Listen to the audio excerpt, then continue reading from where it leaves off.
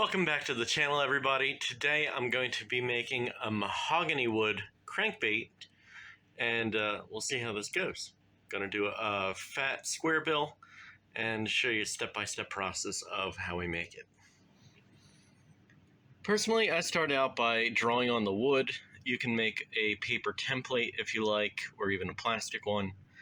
I don't really mind drawing on the wood, but there's no right way or wrong way to do it, just as long as you get the shape that you want when you go to cut it out.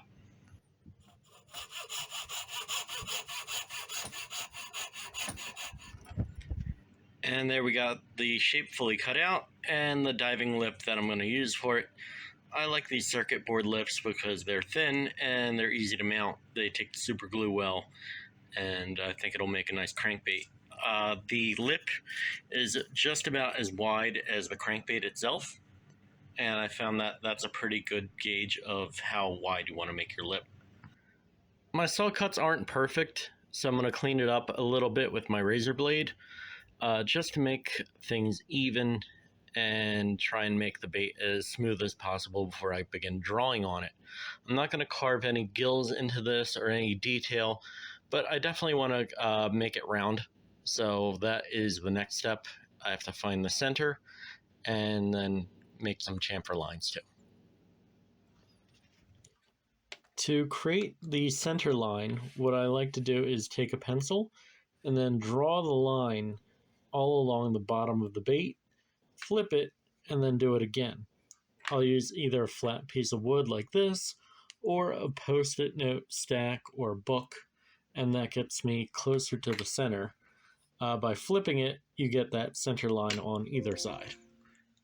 It's not perfect, but it's close enough, and that will actually give me the perfect area to put my hardware. One of the biggest mistakes, or really missteps, I see a bait maker make is putting their hardware in the wrong place on the bait. If you look at the bait and see where the fattest part is, that's usually where you want your hook. Your hook is going to hang down below the belly, and that's going to act as the pivot point for the bait. You could put weight inside the bait somewhere that it wouldn't really, affect the action as much as that hook would when it's underslung weight. Of course, in the back of the bait, you can put your hardware either horizontal or vertical. If you do it horizontal, the hooks can be a little bit larger than if you did it vertically. And I'll show that when I put this one together. Alright, it's almost 15 days later. I'm sorry, but I've been doing other things. I've got the bait shape cut out. I've also got some lines drawn on it for the body and also where I want to put the hardware and the lip. The very next thing I'm going to do is cut the lip because it's blocky, and I can get a straighter lip when it's blocky. And then I'll cut out the shape of the top and bottom of the bait. So some of these angles will be gone, and I'll show you that process next. I don't have a jig or any way to make my angle straight, so I just eyeball it. I know that's terrible, but guess what? It's what I got to work with. See you in a minute once this is cut. So that cut is complete, but I have this carbide saw, and it's a little bit thicker, so I can get a thicker lip in place after I make my initial cut with the coping saw. Dun, da, da, da.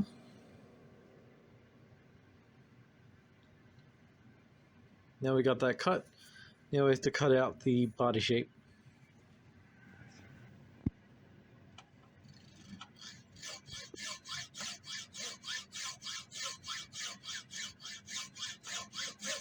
It's hard to do this and hold the camera at the same time.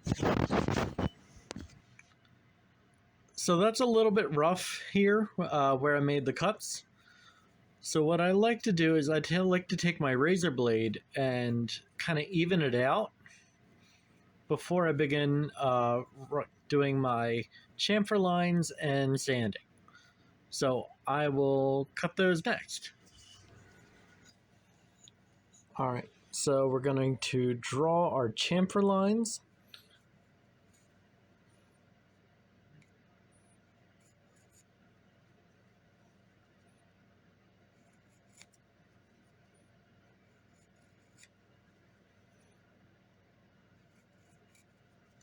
You don't have to follow them exactly, but they make a really good guideline for how you want to angle your bait.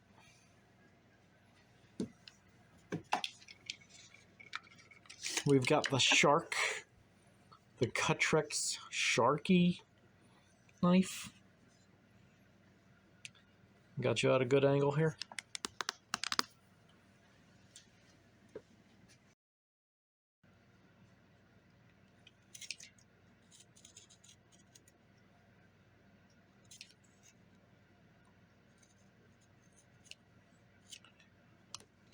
Nearly sliced my hand off.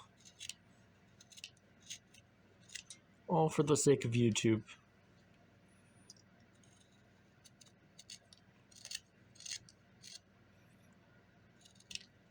Making smaller cutting strokes is better, especially with mahogany like this, because it is prone to tear out. I'd show you what tear out looks like, but I really don't want to ruin this bait.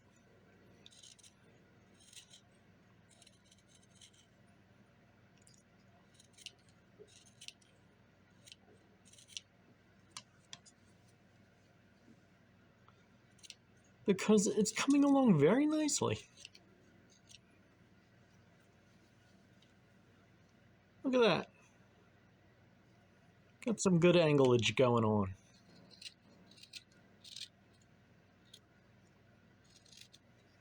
Now on some of my lures I'll hesitate to do the chamfer on the bottom, only because it'll give me more surface area to drill into for the weighting. But this is a nice chunky crankbait, so shouldn't have to worry about that. The most satisfying portion of bait making.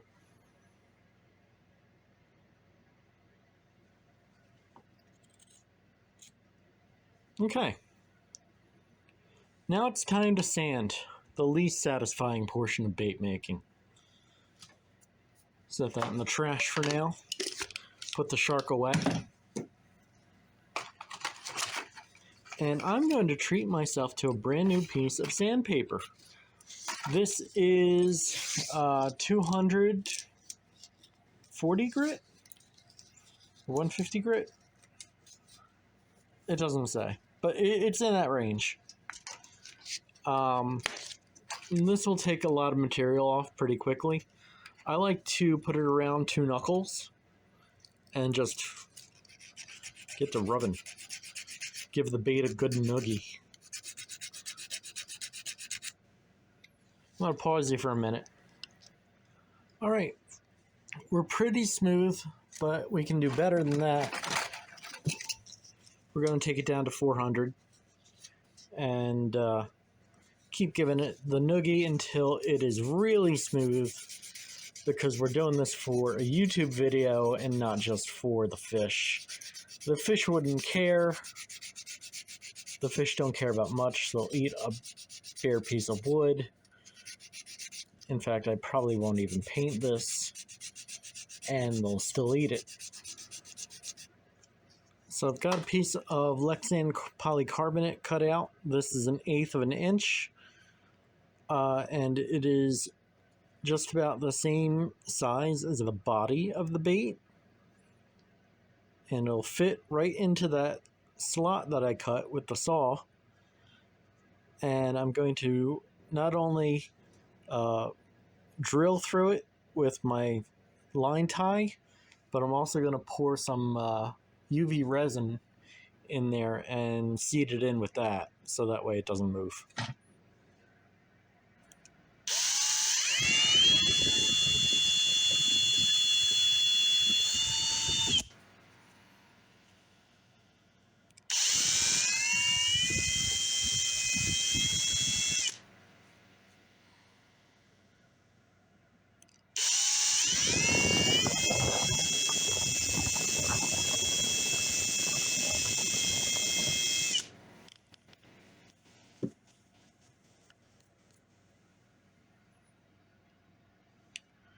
Where'd that lip go? What did I do with it? Do you see it anywhere?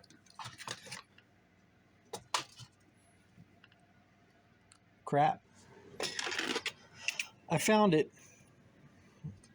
And I'm going to cheat. I'm going to take the carbide blade and I'm just going to cut a slot in it. Right where that drill bit comes through.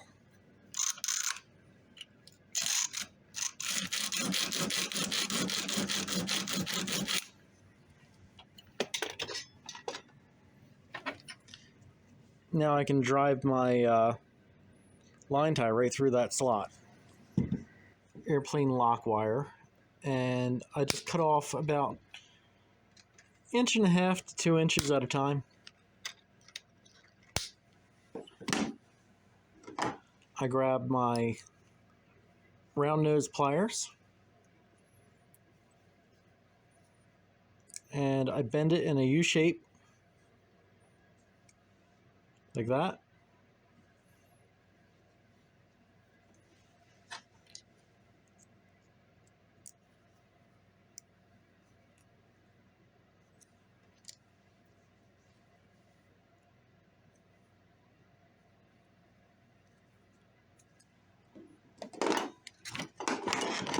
Then I grab a pair of handheld vice grips, clamp it, bend it down, and twist. A lot of people will do this with their drill, but you need a lot more wire to do that to get the same result. This is less wasteful and arguably just as fast. It won't give you as large of a twist wire, but this bait is less than 2 inches long. Why do I need to make a twist wire a mile long for a bait this big? Boom. And then I take my dikes and snip them off into the trash bin. Now we can either do upwards facing rear hook hanger or a horizontal one. A horizontal one will allow you to use larger hooks on the bait. A vertical one allows you to have the hook point riding up if you have inline trebles. So there's a little bit of a trade-off depending upon which one you want to do. For this bait, I'm going to do a vertical one. So just a bit more traditional for a square bill. Alright, so we've got this all mocked up. The next thing we want to do is add some weight to it. There are a couple of different places I can add weight. One area that I could add weight is right here behind the hook, and that will almost definitely give me a nice wobble. I can add weight in front of the hook hanger and behind, and that will give me a more even wobble rather than a big wide one, because everything isn't pivoting off of the central point. It's going to give it more roll as well as wobble. I could do it right behind the bill, and that changes the whole dynamic of the bait. I don't know if I want to do that. I think I might just go right behind the hook hanger to guarantee myself a nice wide wobble. I'm going to take my Forstner bit, I'm going to jab it right behind where that hook hanger will be. And I'll give it a quick rotation in my hand just to see. And I have plenty of room to put that weight in behind the hook hanger. And it's not going to interfere with the hole that I drilled already.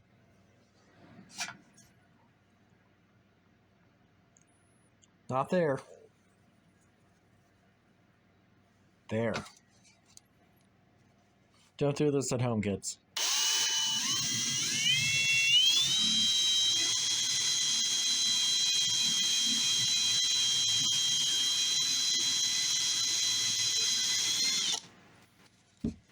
And I just went as deep as that Forstner bit. Because this is mahogany, I'm not going to need a lot of weight for this one to move. So I've got my twist wires pulled out a little bit. I'm going to hit it with super glue from the Dollar Tree.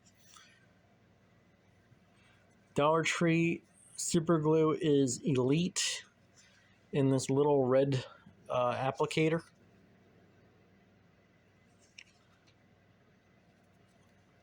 It's almost like a medium thick. It gives you a little bit of working time.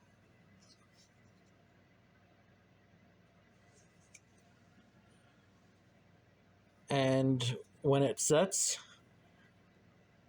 rock solid. I mean, it is fantastic. I really like it. And a lot of people will say, oh, you should be using epoxy. And maybe they're right. But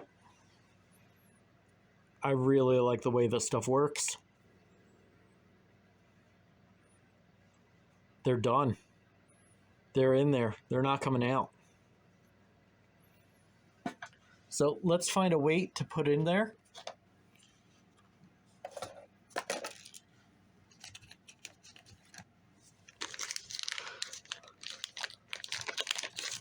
These are 1/16 ounce lead. I think that'll fit in there pretty well.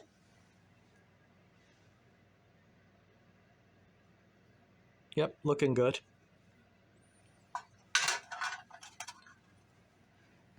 Do I want something a little heavier though?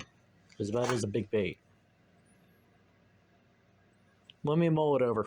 I'll come back to you. I decided to go with a bigger split shot instead of that 1/16. I just feel like it fills the space a little better.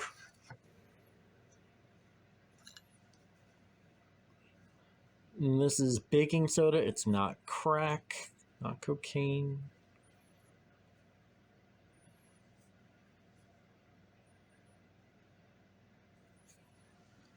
And this is ultra thin super glue. Keep it away from the rest of my baking soda.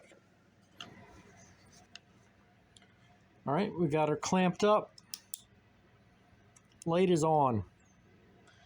I picked up this gooseneck UV light. I think it's meant for doing like nail art, but it has a clamp, has a gooseneck. I can put the light right where I want it to be.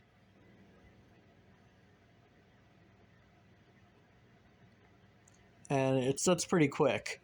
All I have to do is clamp up the bait in something, or even put something next to the bait to hold it in place, and it'll do the job. Alright, so I had that sit in the UV for about 2 minutes, and that bill is in there pretty solid. It would take quite a bit of force to break it off of there.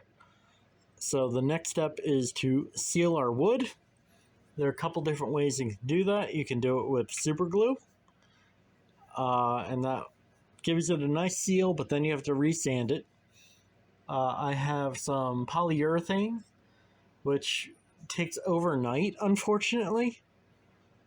And I can also do it with just UV resin, but then I found that the UV resin makes the wood bubble, and it's almost never ever smooth when you use that as your initial coat. So I'm looking for a better polyurethane or better sealer that dries quickly. Super glue works really well, dries quick, but it's bumpy. I think that's what I'm gonna go with here. And I have a really weird technique. I guess I'll show you. Yeah, I'll show you. Super glue does not stick to packing tape, so I wrap my finger in packing tape.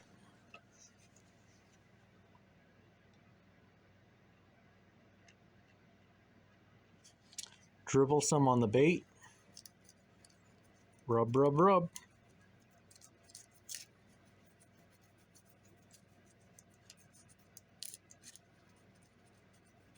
Isn't that fun?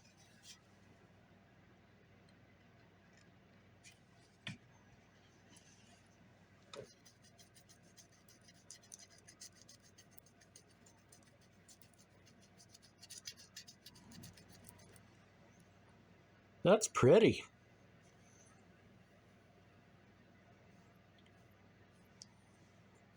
It's a shame I have to ruin it, because it's a little bumpy now, and I'm gonna have to take it down with the sandpaper a little bit, and it's gonna dull that finish. But now I can put UV resin on this, and it'll come out really, really beautiful. All right, so let's put a clear coat on this. We're going to just put clear before we begin painting. That way we have a perfectly smooth surface. And I do that by using UV resin in a cup. And I just brush it on with a paintbrush.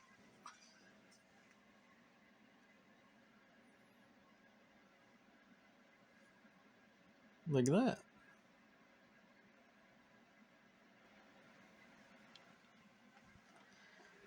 And then I put it in my UV chamber, which is a terracotta pot with 4 stage lights.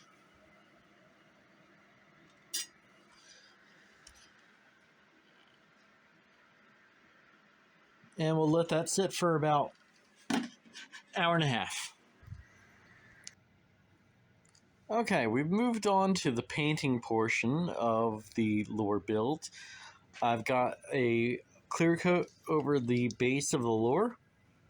I have another one here to just kind of show you that it's not a one-time thing.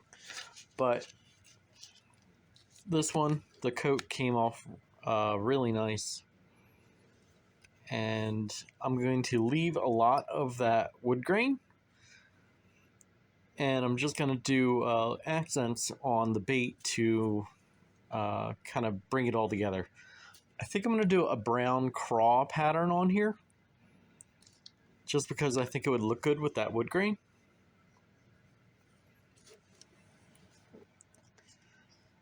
Took it out of the harness. Going to start out with a gray and mix this gray myself using black and white. It's more black than white.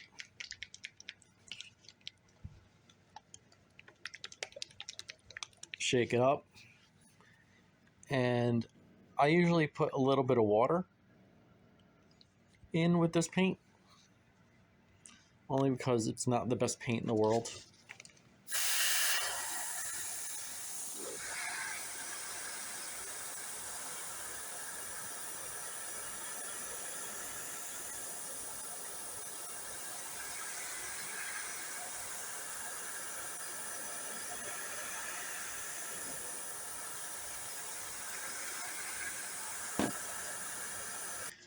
And we're going to use some acrylic orange. Again, this isn't the best paint. Shake it. Give it a little bit of water.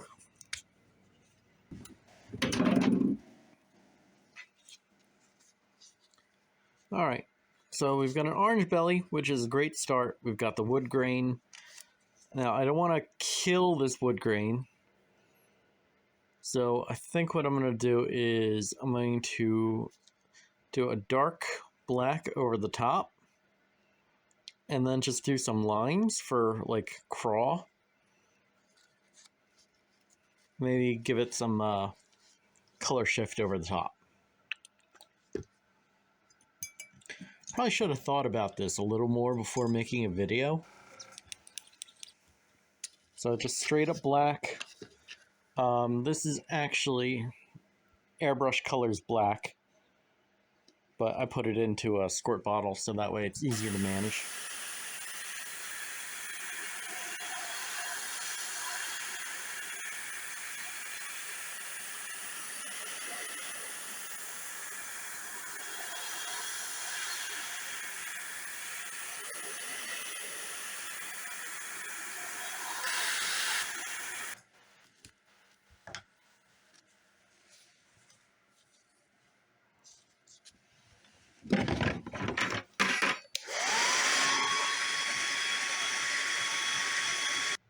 going to dust this blue-green-violet shifter paint over the top. Even though it looks white in the bottle, it's mostly just glitter.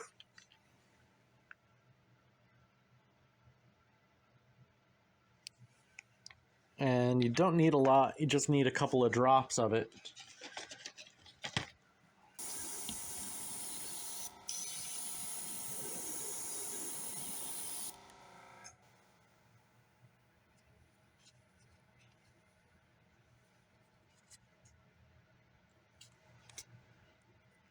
Since we're doing a more traditional crankbait, we will go with a bright yellow eye.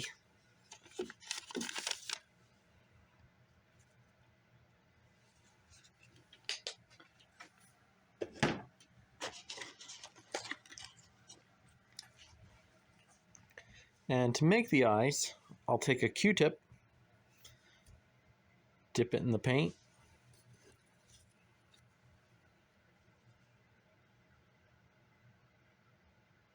bam!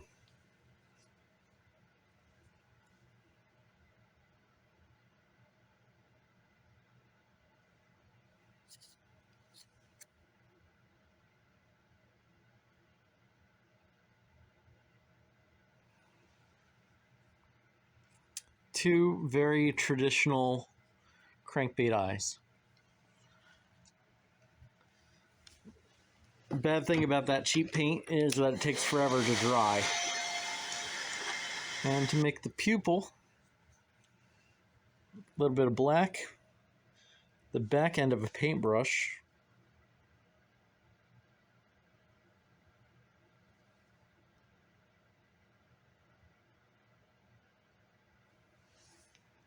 boom, boom.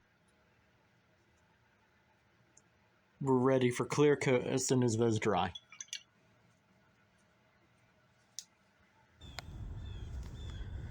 Here is the fully completed crankbait, and here goes the first cast with it.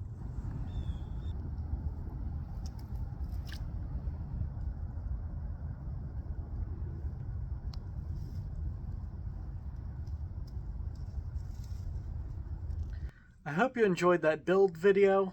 I know I'm going to enjoy the crankbait that I made. It wobbles great. The build went well. Paint job is looking fantastic. And I hope to be able to catch a fish on it come the spring. Thanks for watching. And remember, it only takes one cast to land a fish.